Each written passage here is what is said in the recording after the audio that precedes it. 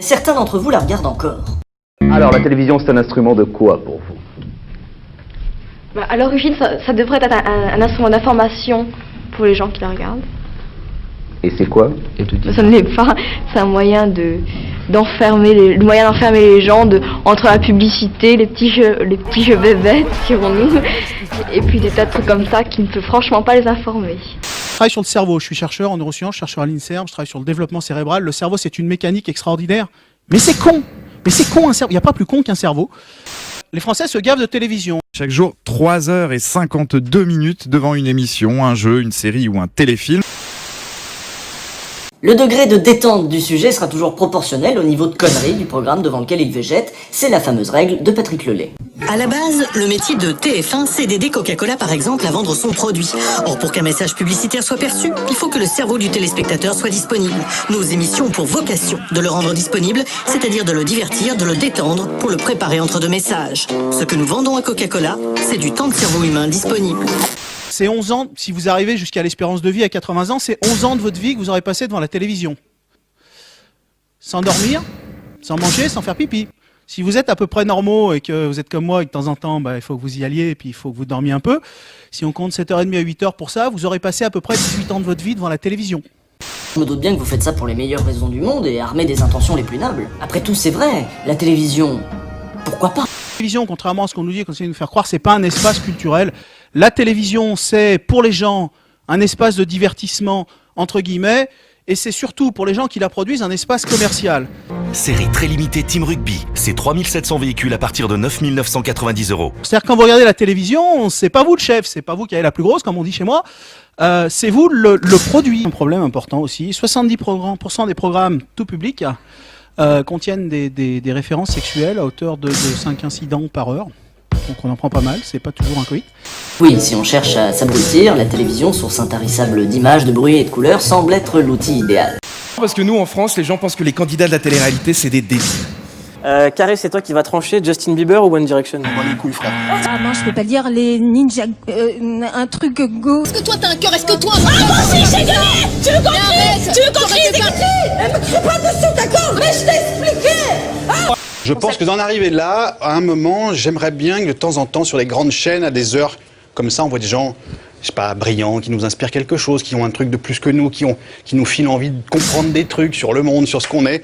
De mettre en scène comme ça le discours abscon et la médiocrité, ça me saoule. Il y aurait de la prostitution dans la télé-réalité. C'est quoi cette histoire?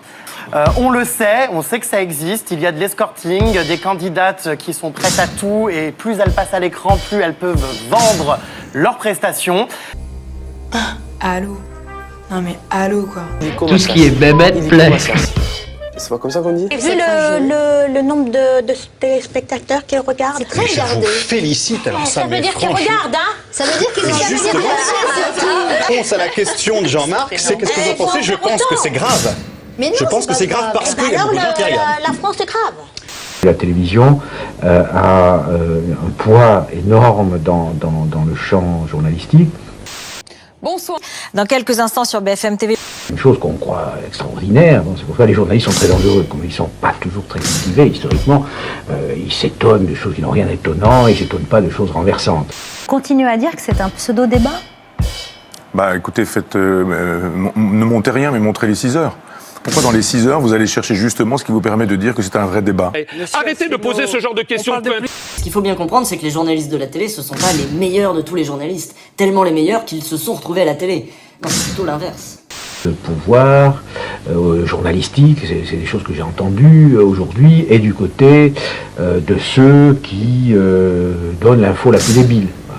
De la cliente, c'est aujourd'hui j'ai besoin de fleurs, il est 21h, j'ai besoin de fleurs pour demain ou après-demain matin.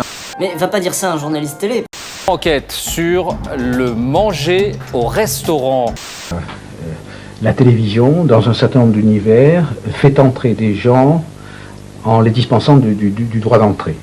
Ces journalistes, éditorialistes, hommes de médias, qui ont remplacé les philosophes et les écrivains, et qui, à leur tour, défendraient le pouvoir en place. En gros, l'idée, c'est de mélanger l'info et le divertissement. Donc vous avez une info, puis deux éditorialistes qui se disputent. Christophe Barbier, c'est l'éditorialiste par excellence, expert en rien et finalement expert en tout. C'est ainsi que dans les grands médias, un certain nombre de journalistes ont fait de leur métier un émouvant sacerdoce. Éduquer le public. 70% des Français considèrent aujourd'hui que les programmes télévisés sont moins bons qu'il y a quelques années.